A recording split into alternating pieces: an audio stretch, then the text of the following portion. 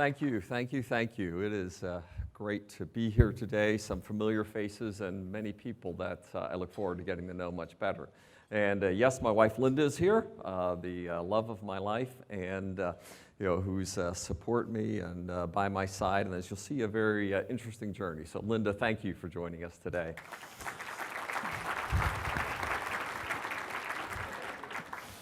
Let me start, just give you a little bit of my testimony and a little bit of my personal journey. I'm originally a Pennsylvania farm boy. The Amish, they were the ultra-conservative, the Mennonite, and then we were the Pennsylvania Dutch or the Pennsylvania Germans, where I come from, so the liberals, right, in comparison. Went to United Church of Christ Church back there. I was baptized with full knowledge of what I was doing when I was 6 days old. Went to church every Sunday because if I didn't, I'd get in trouble from Dad, and of course, meet girls and impress their mothers and grandmothers. It's good to go to church, right? And became president of the youth group. Always thought I was a Christian growing up there. My dad was the 8th of 9 kids. So, and Grandpa was a farmer, and he helped son number 1 buy a farm, son number 2, son-in-law number 1, and got down to my dad at number 8 and said, "There's enough farms in the family, just go work with your brothers." So growing up, I always thought I was going to be a farmer, and as I got to be a teenager, it's sort of like, what's a farmer without a farm, right? And the cousins were growing up and so on, so I became a parent. I was going to have to pursue something else. I accidentally took a scholarship exam in 10th grade. I won a scholarship to go get my associate's degree, so I ended up skipping my last year of high school, got my associate's degree, so literally I graduated in June from high school, and I graduated in August with my 2-year degree. Intel came recruiting at the time. The guy, Ron J. Smith, came there, and I was the 12th. There's a sort of an industry-wide shortage of technicians, so he came there to interview technicians in Pennsylvania. I think he just wanted the free trip to the East Coast. His parents lived close to my parents, so he comes recruiting, and I was the 12th person that he interviewed. And have you ever interviewed 12 people in one day? Right, by number 10, you can't recognize male from female, right? And Ron got to me as number 12, and this is what he wrote: smart, aggressive, arrogant. He'll fit right in, right? So I get invited, so I'm a Pennsylvania boy, and I get invited to come and interview at Intel. And I'm like, woohoo, I've never been on the plane before. It took me like 2 nanoseconds to decide, a free trip to California, but I'm a Pennsylvania boy. They're all crazy out there in California. I'm not going there. But Intel offered me a job, so the reason I came to Intel was they had a full tuition reimbursement, a very liberal tuition reimbursement, and I only had one career objective when I moved to California, was I wanted to be the engineer telling the technician what to do. So I took the job, I moved out here at 18 years old, right? 18 years old, moved to the West Coast. I mean, I wouldn't let my kids do that, but anyway. And I come here and I start working full-time at Intel, start doing my bachelor's at Santa Clara University, did my master's at Stanford, and was working my PhD at Stanford. And I had gone to church every Sunday. So Sunday comes around, what do you do to meet girls? You go to church. I've been doing this my whole life. So I go to church, and sure enough, that first Sunday, I met Linda. But she didn't like me very much at the time. And, it was not affection. But I start going to church there. Linda and the young adults group sort of adopts me and starting to participate. And she asked me this question: "Are you a Christian?" And what's my answer? Sure. I was baptized at 6 days old, president of the youth group, church every Sunday. What else is there? But as I started to be embraced by this Santa Clara Christian church off of Bowers Avenue, it became apparent to the entire group that I was far from that lifestyle the rest of my life. And the sermon topic in February of 1980 was Revelation 3:15 and 16. "I know your deeds, that you are neither hot nor cold. I wish you were one or the other. But since you are lukewarm, neither cold nor hot, I'm about to spit you out of my mouth." And that word spit, spew, vomit, is one of the most graphic words in the entire New Testament. And I realized that my lifestyle that day was lukewarm at best. And that day, in February of 1980, I made the commitment that I was going to be hot for God and hot for His kingdom. And maybe some of you are like me today. that you're lukewarm, that you just like hanging around with us Christians because we're cool and fun.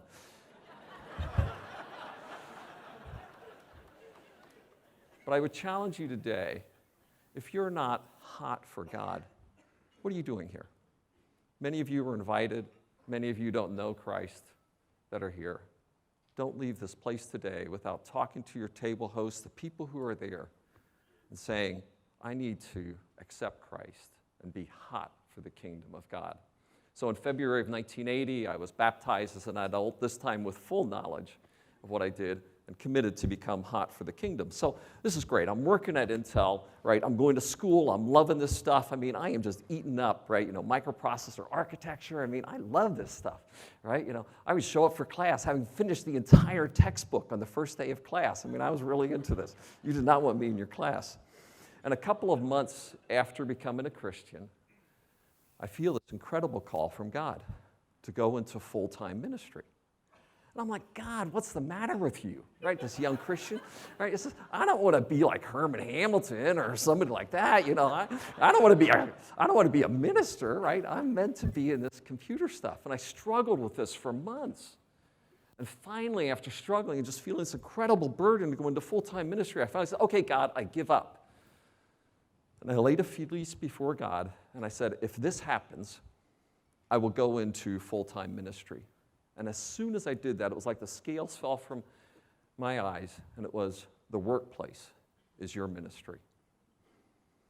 And since then, my life verse has been Colossians 3:23 and 24. Work heartily as for the Lord and not for men, knowing that it's the Lord Christ whom you serve, right? It is the reward of the inheritance, right, that you will receive.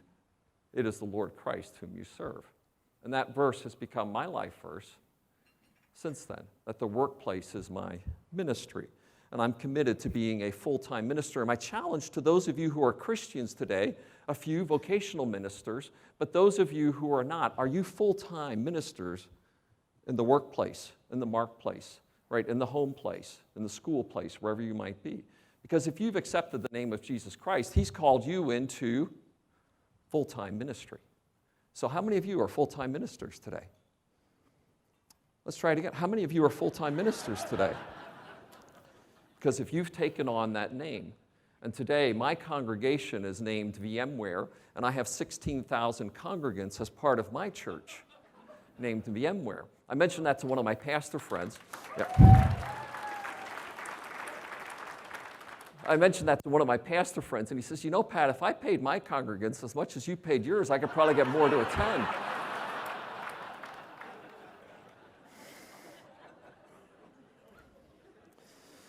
So I'm working full-time, I'm going to school full-time, and I met this young lady named Linda. And this is what I call my juggling years. And Linda and I, she took pity on me. There was no romantic interest when we first met, but she invites me to Christmas with her mom and grandma, right? Took pity on me. I'm this poor orphan guy on the West Coast for Christmas in 1979. And, what am I going to do, right? I have no other place to go, right? 3 generations of good cooks. Worst thing, I get a good meal out of it, right? Not a lot of downside for a single 18-year-old on the West Coast. So I go over, meet mom and meet grandma. And grandma and I just hit it off great, right? She play this card, grandma, and someone like that. Just had a great evening. I leave that first night that I ever met her. Never met her before. Leave that first night. Grandma closes the door. She's a holy woman of God. Right, she turns to Linda and says, he's the one. Linda begins to enumerate all of my shortcomings, which were numerous. A couple of months later, Linda's mom has gotten to know me. We're still not dating or anything at all. A couple of months later, Linda's mom said he's the one. And Linda now has more things on the shortcoming list. Well, we eventually began dating a few months later, and I'm on the slow road to matrimony. Right, I'm going to finish my bachelor's, finish my master's, finish my PhD, and then maybe thinking about getting married. God had a very different plan. Linda had endometriosis. She ended up having surgery, one of her ovaries removed, part of the second one removed, and the doctor said, kids now or never. I'm on the slow boat to matrimony. And we're just dating, and after a painful, painful year, we decide we're going to get married. And we get married. The doctor said, kids now or never. So now full-time work, full-time school, being married, a young Christian, and if you could bring up the picture now, this is our family. And in the center is our daughter Elizabeth. Elizabeth is named after the mother of John the Baptist from the barren womb. Right, so we named Elizabeth, and on your right-hand side is Josiah, our second son. Josiah works at Seagate in the M&A department. They brought forward our first grandchild, Georgiana, and his wife, Carly. On the far other side is our son, Nathan, our third child. Nathan is a youth minister in Oregon, married to Rachel, and they brought forward our second grandchild, Alice. And in the center, in the back, is Micah. And Micah, when he was 7 years old, Linda had this rule: when you went to bed, if you weren't bleeding or vomiting, you stayed in bed, right, to the kids. I mean, it was pretty firm. And Micah comes down one night, and Linda's like, well, you gotta get back to bed, the normal. And Micah is, you just tell he's very emotional. He says, God's called me to be a missionary. Now what do I do? At 7 years old. And he lived his life from 7 to 16 through the lens of, if it doesn't help me be a missionary, why am I doing it? I thought it was just a good excuse not to do homework, but he was to it. At 16 years old, he starts wandering away from the family, starts wandering from Christ, becomes our prodigal son, who we had no communication with for 4 years. None at all. In July of last year, it becomes known to Linda and I that Micah has no transportation. And so I send Micah a mail, and I said, Micah, your bike's in my garage collecting dust. Can I give you our bike? So we worked out to give him the bike and get it to him. He sends a mail, thank you very much. About a week later, I get a mail back from him, and I'm certain that there's now an angel bike thief because his bike got stolen, right, that we had just given it to him, right, his apartment, right? So I sent back another mail to him, and I says, Micah, right, we're a couple of years behind on Christmas presents to you. Can I buy you a new bike? First meeting, right, we've had in 4 years with Micah. We go, we meet, we buy his bike, and this begins the re-engagement of our family with Micah. Micah still has a long, long way to go. He is nowhere near God. But I'll tell you, after 4 years of separation of a son, my heart changed with respect to how our Father feels about his prodigal children. The children who have walked away from him, who just say, no, I'm not interested in talking to you anymore. So we're beginning our journey back with Micah into our family. So that's our 4 children, our family, our 2 grandchildren. Now, I want to bring you back to this period of time where we're working full-time, going to school full-time, now a family full-time.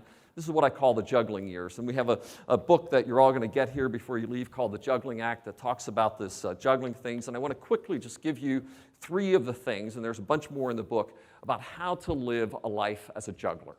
And any of you, right, who are successful, capable, right, in the workplace, right, in the marketplace today, what is your most precious resource? Time. You don't have enough of it. And the workplace, all those other things demand more of it because you're good, you're capable, you're motivated, all those type of things. And how do you make it all fit? At age 31, as Skip mentioned, I had just become a vice president at Intel. I had written my first book. How many of you read my first book? Programming the 8386.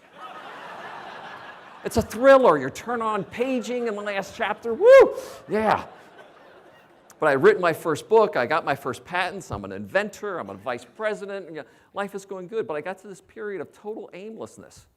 Now what am I going to do? And out of that, I developed, in reading, studying, being challenged, a mission statement. Because we make plans for everything we do in life, but do you make a plan for life? Do you know where you're going to go? Do you know what you want to do with that most precious resource that God has given you? So the first thing I would challenge you to today, and in the book is my mission statement, but more important than my mission statement is, what is your mission statement? And mine's in here as, what's my mission? What do I want my epitaph to read when I'm done on this earth? What are my values, right? What are my guardrails? What do I want people say when you meet Pat? What's he like? And finally, specific goals that I want to accomplish in life. And for every one of you who's challenged with this juggling act, what's your mission statement? What are your goals? And then what are your priorities to go live by those goals? And if you haven't done that hard work of writing that down, any path will get you there because you don't know where you want to go. So first, a mission statement. Second, priorities. The God-ordained priorities for life are God, family, work. How do almost all of us live? Work, family, God. And so how do you build into your life on a daily basis your priorities? God. Put him in the throne every day, your devotion time, your participation with him, service. Family, right? Building those things that you do, those guardrails into your life. It says family is number 2. And then finally, work. And we know that work in a place like Silicon Valley was all consuming. So, and in the book, there's lots of things I talk about in that respect, but just one of them, and for a geeky, right, Silicon Valley audience like this, Linda and I started the at-home chart, right? And the idea of the at-home chart is keeping score. And for a goal-oriented guy like me, I need a score, right? I need a win, I need a goal, right? In the at-home chart, if I was home by 6:15, I got 1 point. If I was home by 5 o'clock, I got 2 points. Woohoo! Right? If I was gone on a weekend, that was minus points, right? And if I was home after 6:15, 0, so that's the numerator. The denominator is the number of work days. And my secretary would produce a spreadsheet and send it to Linda and I once a month. Yeah, an independent scorer, right? Because we used to argue. She'd say, you haven't been home much. I said, yes, I have. No, you haven't. Yeah. So we were arguing about the data, right? Right, now we got the data. Now we can have, I don't feel like you've been home. Oh, that's totally different, right?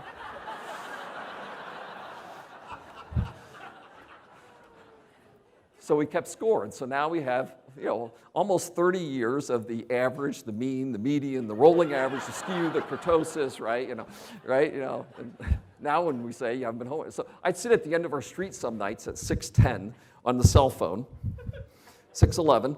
Okay, gotta go, bam, up the street, get in, because I am getting a point, baby. I'm not gonna miss it.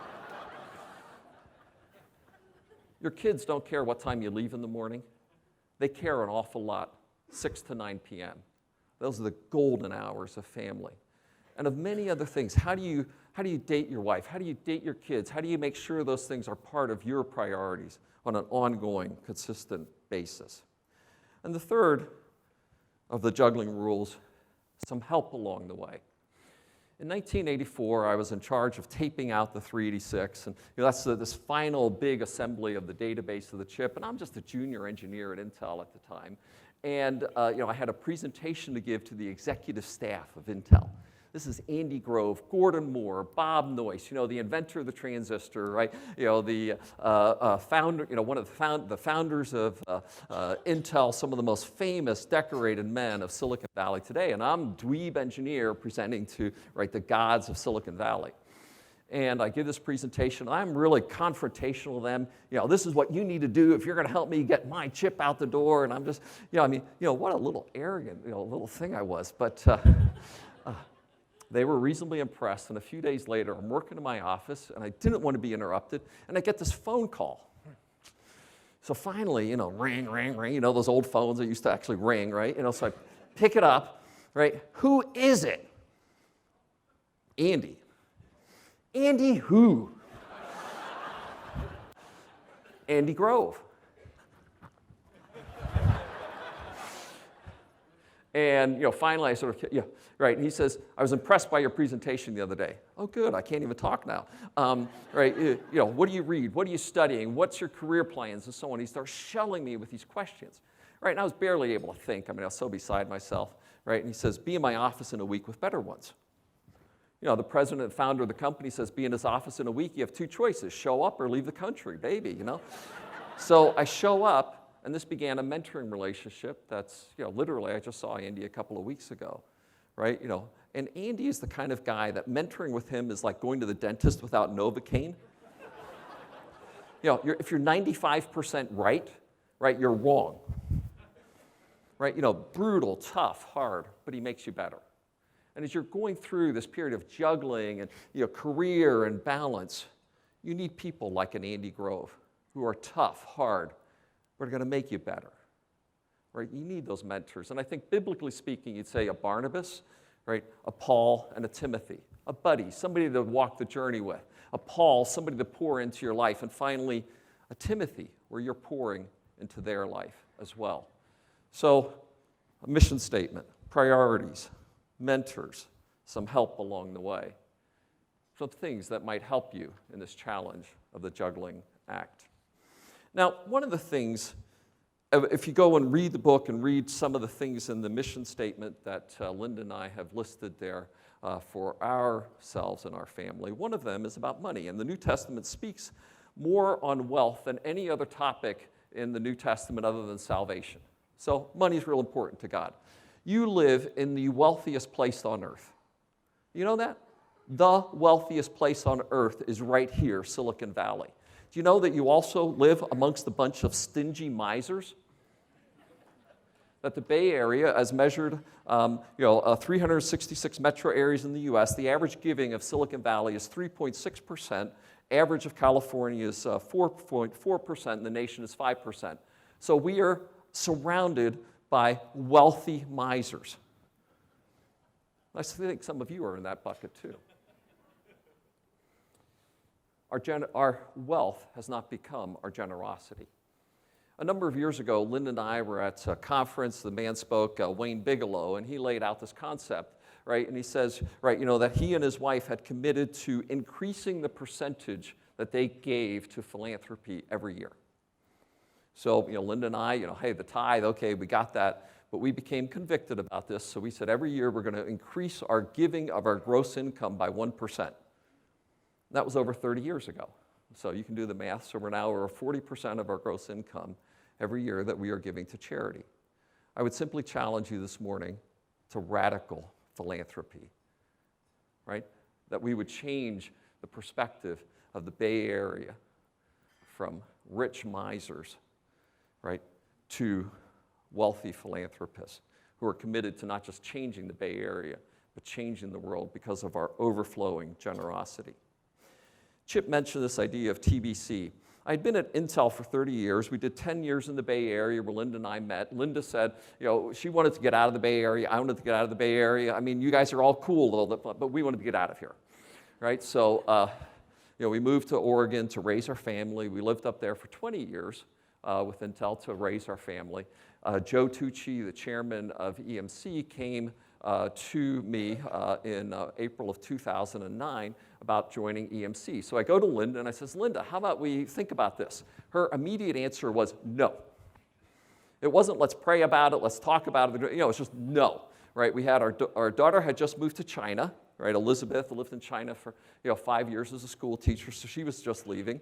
Our 2 sons were getting married that summer, right? And we were empty nesting. And the idea of changing jobs and changing coasts, right, was like, what's the matter with you, hubby? Right? This is just over the top on the emotion meter. So, right, that was in April of 2009. In July, Linda said yes to the job before I did. So we began a journey. We moved out of there. So we moved to the East Coast, 3 years in Boston for EMC after 30 years at Intel. I'll tell you, when you've been someplace for 30 years, you don't know where you end and it starts, right? I still have a hard time not doing the Intel bong when I go to bed at night, but right? Now, when we left the Bay Area, we did not want to come back to the Bay Area. You guys are crazy here, right? We wanted a place that was, more rural, raise our family, and so on. And when the idea of the VMware job came back, it was sort of like, oh man. Being CEO for VMware, cool job, but Linda wasn't sure about moving back to the Bay Area, and what are you up to, God? And then 2 things happened, right? We accept the job, and one of them was our son and daughter-in-law had moved back here, and you already met Georgiana, so they're in Gilroy, so if you want a happy wife, have a grandbaby nearby. Good plan, it just works. So we moved back here, right, Georgiana. Linda has a grandbaby here, she has a grandbaby in Oregon, where we still keep a home, so this is good. But the second thing is, I felt very compelled that there was not just a CEO job for me in the Bay Area, but a much higher calling for me in the Bay Area, that I have a profound platform. VMware is now the 5th largest software company in the world, one of the hot companies of the Bay Area. This is a platform, right, of great significance. And I come to this area filled with wealthy misers, with one of the lowest percentage churched, right, in the nation, that is highly innovative, highly influential on the world, that is socially inept, crime rates, failure rates in schools, right, as bad as any place in the nation. What a dramatic dichotomy. And from this, we started this idea of TBC, transforming the Bay with Christ. And I also noticed that, man, we got some incredibly nationally known Christian figures here and many powerful Christian business leaders in the Bay Area. Can't we come together, right, to say, let us change the Bay Area? People like Chick Ingram, Francis Chan, John Ortberg, nationally known, powerful business leaders, Kevin Compton, Pramod Hawk, some of the most successful venture capitalists in the industry. My dear friend and now colleague at VMware, Sanjay Poonen and Herman, just this incredible thing. Can't we come together and agree that we are going to be in prayerful relationships with each other, that we're going to change the perspective of the church? The church today is seen in one of two ways in Silicon Valley. It's either an evolutionary leftover that isn't necessary for any quality scientific mind, so irrelevant, or it's an extreme agenda of the political right, and something I'm not interested in. We have to change the perception of the church. The church, Christ's holy choice for how he's going to transform the area. And we're going to do that by service, by serving the Bay, and then just increasing, right, the population of the church, of Christians, the number of churches in the Bay Area. Because I believe that you are so wealthy, you are so talented and fortunate in this area, but there comes in Scripture a great, frightening command. Luke 12:48, from everyone who has been given much, much will be demanded. And from the one who has been entrusted with much, much more will be asked. You have been entrusted with much. In summary, today, be hot for the kingdom of God. Hopefully some of these juggling skills will allow you to be more powerful, effective, and influential where you are. I challenge you to radical philanthropy. And finally, join with me in transforming the Bay with Christ. Thank you.